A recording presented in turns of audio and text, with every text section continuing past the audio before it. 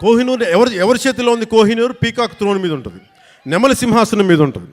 ఆ నెమలి సింహాసనాన్ని మీద ఎవరు కూర్చొని ఉన్నారు? కంటకుడైన పాలకుడు, ఒక కంటకుడైన పాలకుడు ఔరంగజేబ్ కూర్చొని ఉన్నాడు.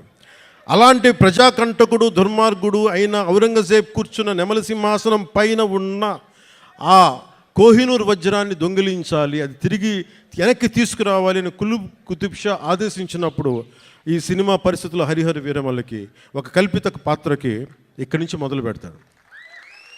ఇది ఇక్కడి నుంచి హైదరాబాద్ గోల్కొండకు పోతుంది, చార్మినార్లో కొన్ని సంఘటనలు జరుగుతాయి, అది అక్కడి నుంచి ఢిల్లీ దాకా పోతుంది. ఢిల్లీ ఈ మొదటి భాగం ఎక్కడ ఆగుతుందంటే ఢిల్లీ కోటకి, ఎర్రకోటకి వెళ్ళబోయే ముందు ఎట్లాగైతేనూ చివరి దాకా వెళ్ళాడు, ఎక్కడ అతను ఔరంగజేబ్ కలుసుకున్నారా లేదా అనేది, ఎలా ఎదుర్కొన్నారు, తర్వాత ఏం జరిగింది అనేది సెకండ్ పార్ట్. సో